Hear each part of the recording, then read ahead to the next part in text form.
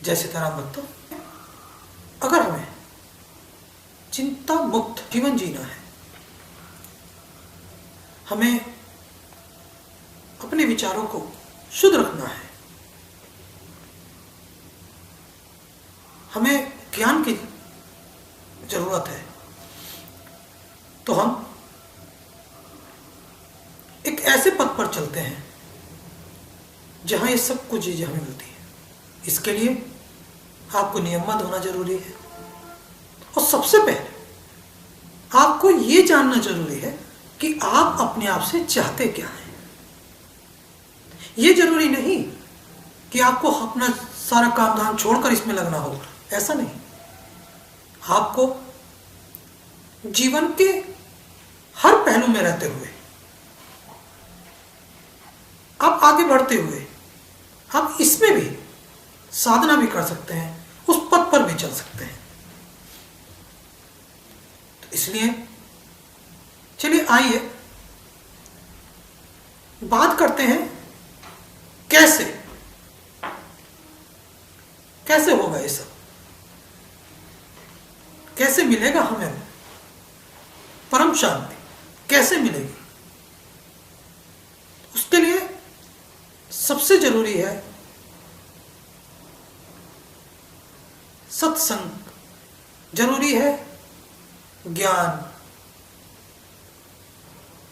तो आइए इस ज्ञान को समझें।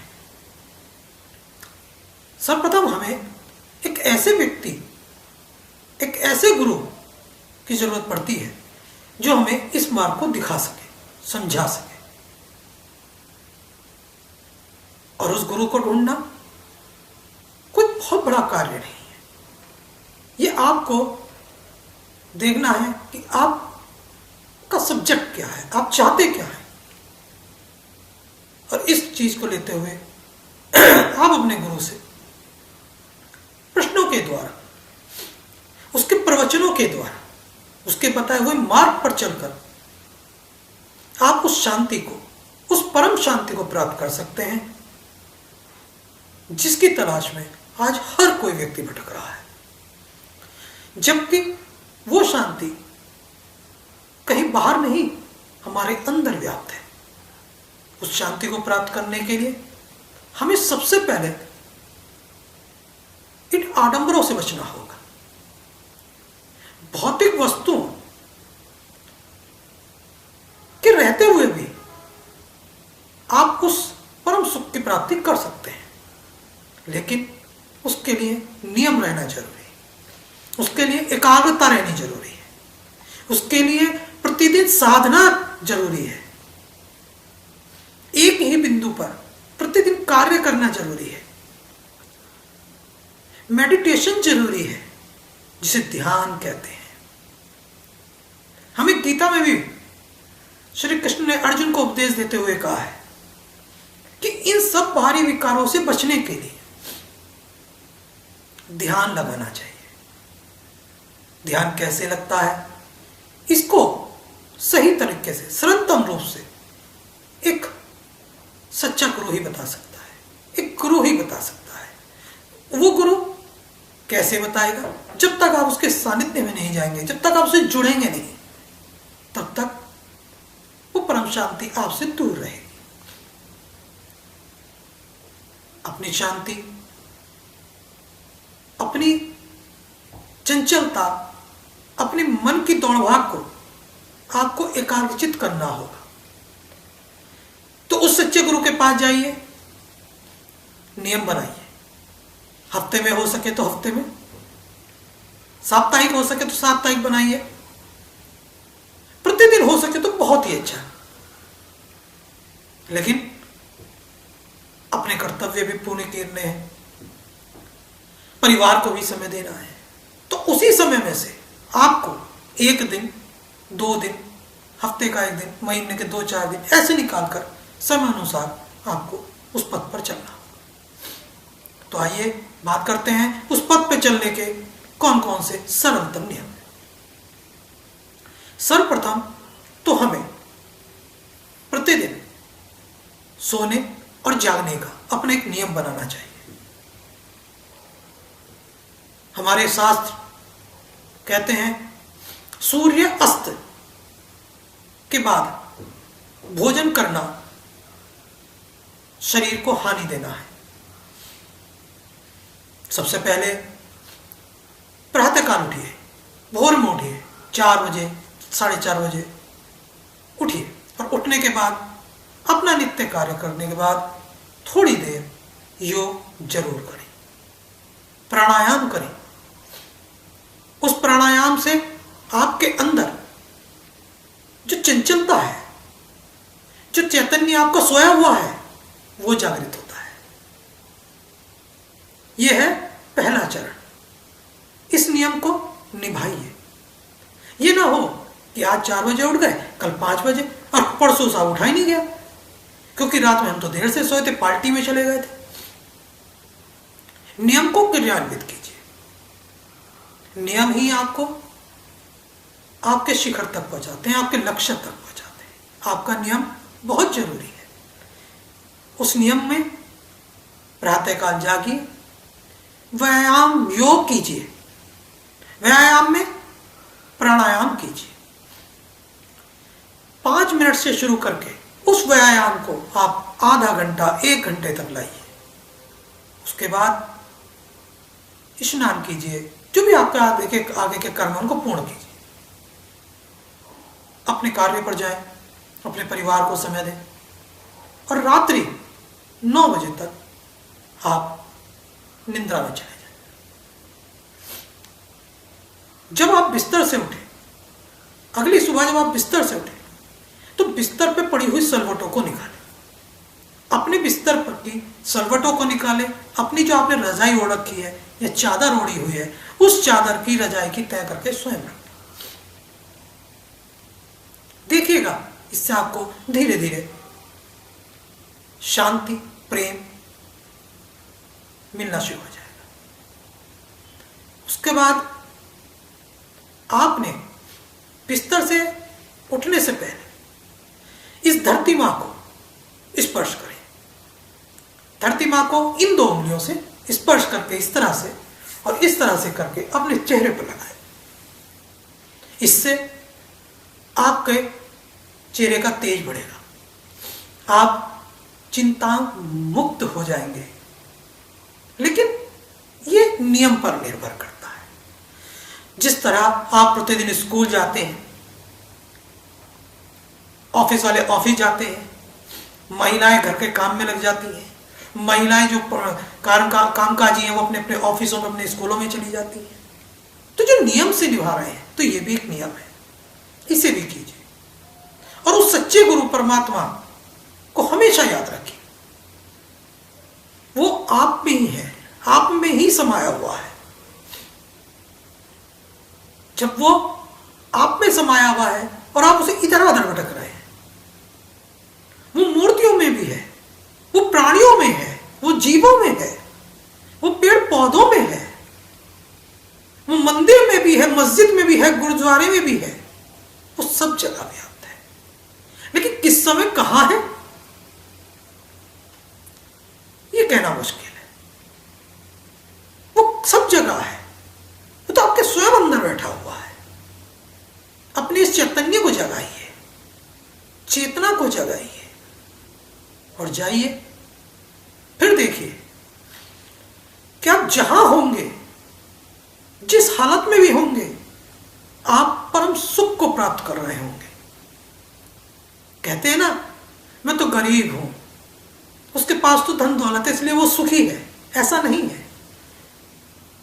सुख किसी का खरीदा नहीं जा सकता। सुख को प्राप्त किया जा सकता है कुछ नियमों से। दूसरों के प्रति ईर्ष्या छोड़िए, उसे त्याग दीजिए, क्योंकि प्रभु कभी भी उस व्यक्ति को वहां तक नहीं पहुंचाता, उस व्यक्ति को वो चीज नहीं देता जो वो ईर्ष्या में बुला रहता है।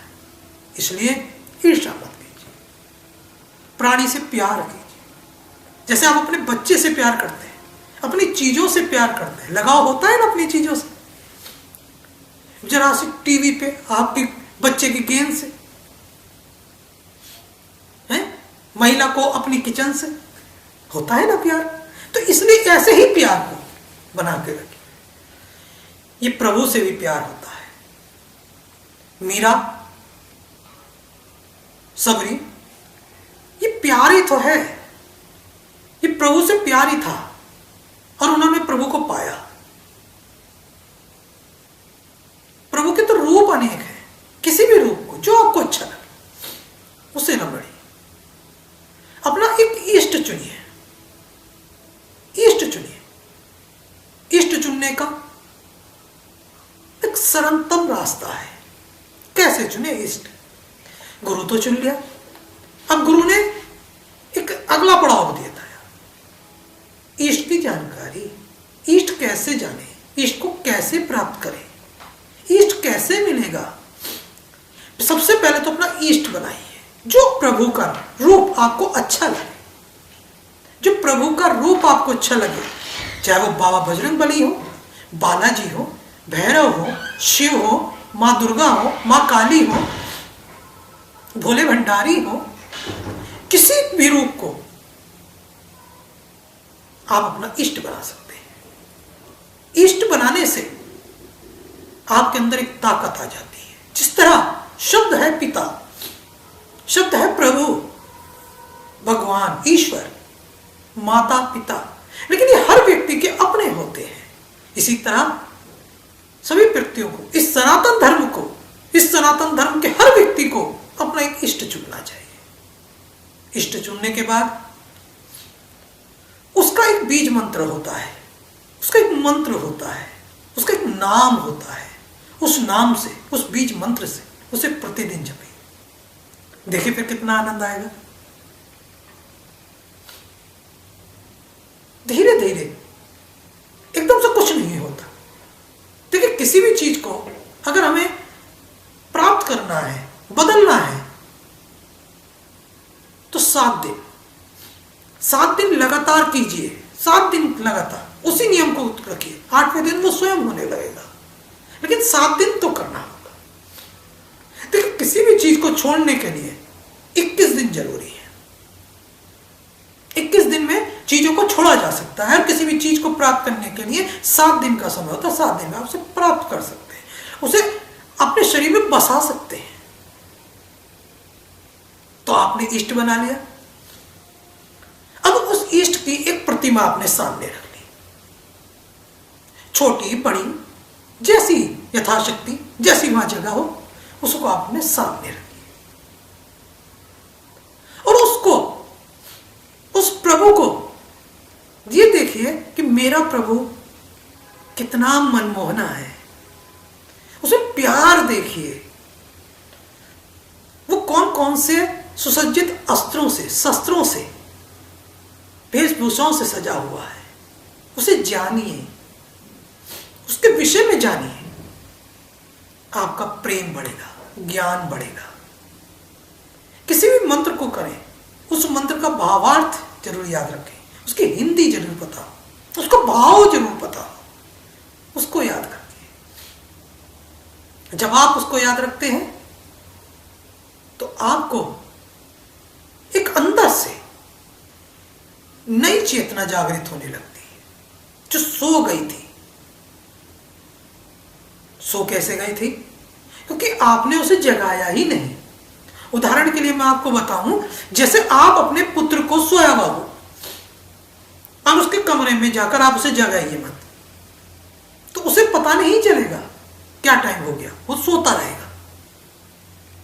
वो उस टाइम से भी ज्यादा सो जाएगा जिस टाइम से आप उसे रोज उठाया करते। होता है ना ऐसा? तो उसे जगाना पड़ता है, उसे आदत में डालवाना पड़ता है। और जो उसे आदत पड़ जाती है तो वो स्वयं उठने लगता है, स्वयं जागने लगता है। तो इसी तरह देखिए, एक जीव को, आप तो इंसान हैं, हम तो इंसान हैं, मनुष्य हैं हम, उस जीव को देखिए। गाय को एक खूंटे से बांधा जाता है, सुबह इससे, दोपहर इससे, या शाम इससे, या सुबह शाम इससे। भाई धूप से बचाना है, ठंड से बचाना है, तो उसे 1-2 बार में पता चल जाता है। और जब वो गाय चरने जाती है, वो वो पशु चरने जाता है। चरता तो हर कोई पशु है। आप कहें कि कुत्ता नहीं चरता, चरता है। वो भी अपने जो पालतू नहीं होते वो भी ढूंढने जाता है भोजन को। और जो पालतू होता है वो आवाज लगाता है। इसलिए उसे जानिए, उस चीज को जानिए। जब आप जानेंगे तो आप पाएंगे कि कितना सुंदर है वो, कितना मनमोहक है। और वो चरने जब जाता है जीव, जो पशु चरने जा गया है, वो जो शाम को लौटता है, चर के लौटता है, तो आकर वो उसी खुट्टे पर रुकता है। बंद तो हो सकता नहीं, बांधेंगे तो उसे आप ही, लेकिन वो उसी जगह आकर रुकता है। यानी उसे भी याद है कि मेरा इष्ट कौन है, मेरा ख्याल रखने वाला कौन है। तो जानिए, अपने इष्ट को पहचानिए, उस इष्ट की पूजा कीजिए, नियम से पूजा कीजिए, सुबह शाम कीजिए, उस मंत्र की माला कीजिए, जाप कीजिए। माला से ना हो सके 5-10 मिनट बैठ के जाप करें। माला से करने से हमारे हृदय का भाव जागृत होता है। ये जापते हैं ना इस तरह, वो भी बताएंगे कैसे जापते हैं, कैसे करते हैं। तो सर्वप्रथम आपने अपना इष्ट चुना। इष्ट चुनने के बाद आपने उसके सामने फूल पुष्प वगैरह रखकर, दीप प्रज्वलित कर कर उसको आपने पूजा पाठ करनी शुरू की, उसको जगाया। फिर तो अब जगाने से ब्रह्मानंद मिलते हैं, ब्रह्म मिलते हैं। पता है आपको? अपने आप को जगाइए।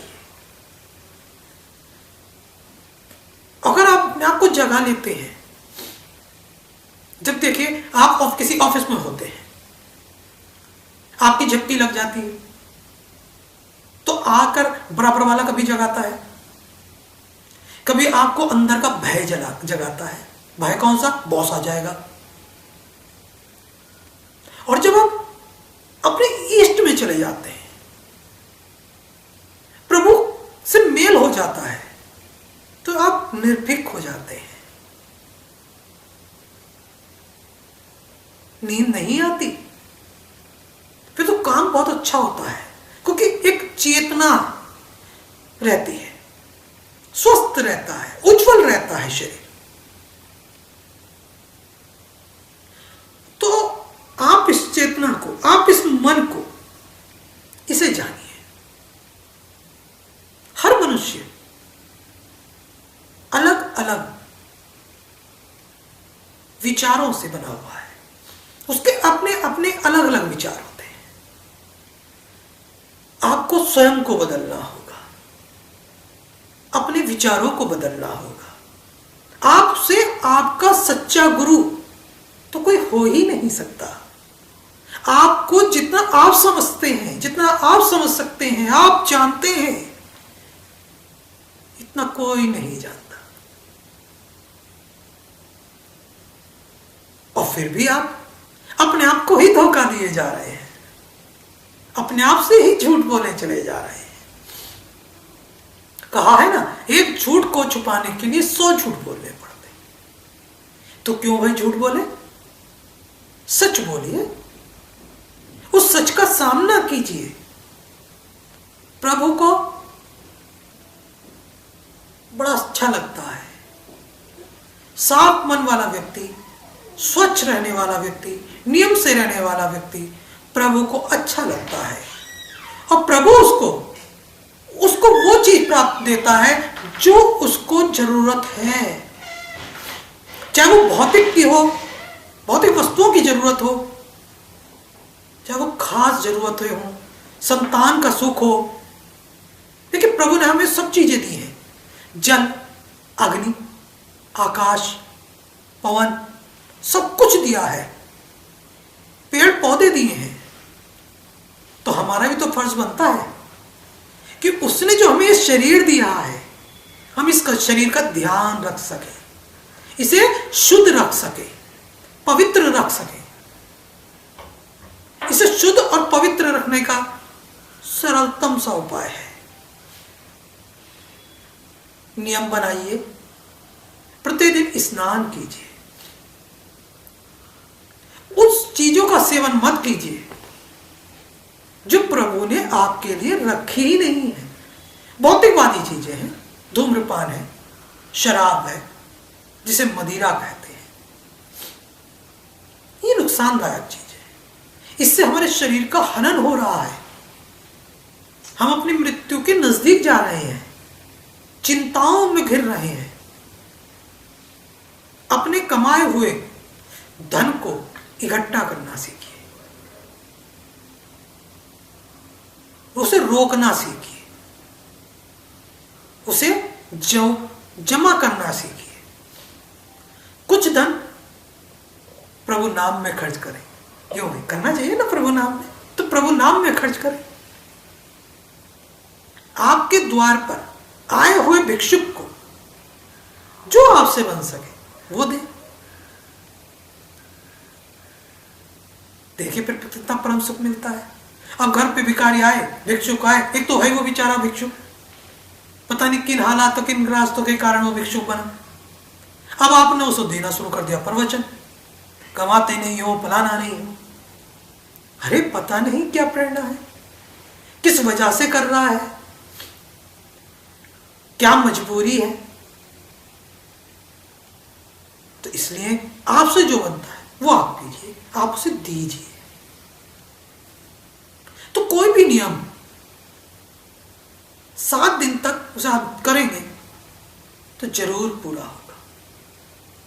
7 का बड़ा महत्व है हमारी जिंदगी में, जानते हैं आप, 7 का बड़ा महत्व है, 5 का बड़ा महत्व है। यह भी ज्ञान मिलेगा कहां 7 का महत्व है, कहां 5 का महत्व है। जानते हैं आप, ये शरीर जो हमारा बना हुआ है ये 5 तत्वों से बना हुआ है, ये सभी जानते हो। और जब हम इस शरीर को छोड़कर जाते हैं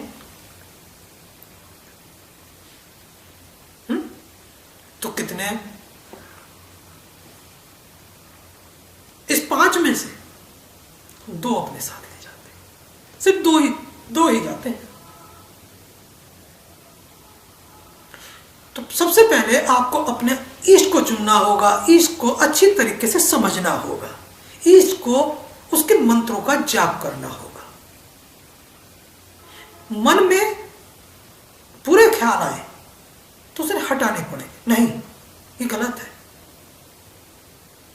क्रोध आने की कोशिश करे, चिंता आने की कोशिश करे तो 2 मिनट जहां भी हो, किसी भी अवस्था में हो, आंख मूंद कर ध्यान थोड़ा सा करके और सिर्फ ओम शांति शांति शांति शांति शांति शांति करके देखिए, आनंद मिलेगा।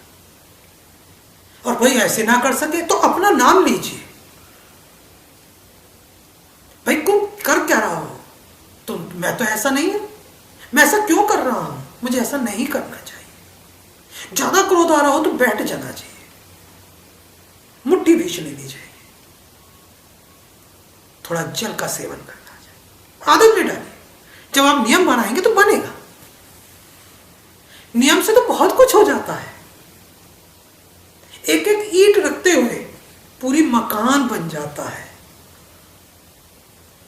तो हम अपने आप में परिवर्तन कैसे नहीं ला सकते, ला सकते हैं। वो काम जो आपको दूसरे से अच्छा नहीं लगता उसे तो बदलना पड़ेगा ना, उसको तो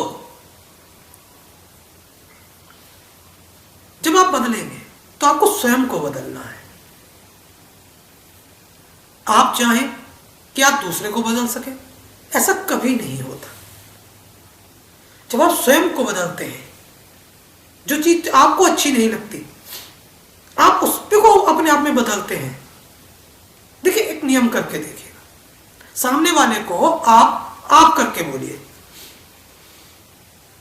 2 बार 4 बार 5 बार 10 बार वो भी आप बोलना शुरू हो जाएगा।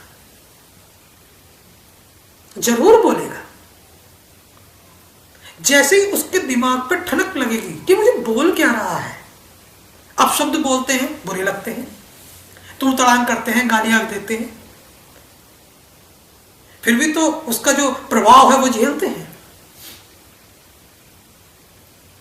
तो आप कहिए, आप अपने आप में चेतना लाइए, आप अपने आप को जगाइए, नियमबद्ध जगाइए। जो स्वयं को अच्छा ना लगे उसे ना कीजिए। सतपुरुष गुरु की शरण में जाइए, जाके देखे तो सही कितना अच्छा लगेगा। तो बंधुओं, आज हम जीवन जीने, कैसे जीवन जिए, इस पे जो हमने प्रकाश डाला, जो हमने आपको भाव बताए, उनको ध्यान में रखिए। उन्हें दिन प्रतिदिन अपने नियम में लाइए, उसे उतारिए। बहुत सरल है।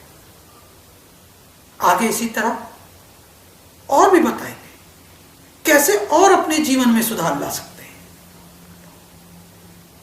क्या क्या है वो रास्ते। ठीक है, इसको समझिए। जो अपने आप को अच्छा लगता है, जरूरी नहीं कि वो सबको अच्छा लगे। सबरी ने प्रेम किया था राम से, उसने तो किसी से नहीं किया तुम भी राम से प्रेम करो। तो अपने आप को बदलिए। तो आइए आज जीवन में जिए कैसे, इस रूप को थोड़ा अल्प विराम देते हैं और आगे जानेंगे इस जीवन में सरलता से कैसे जिया जाए, कैसे चिंता मुक्त जिया जाए। तो परम शांति, ओम शांति, श्री सीताराम, जय जय राम। रोज जपिए जय जय राम सीताराम।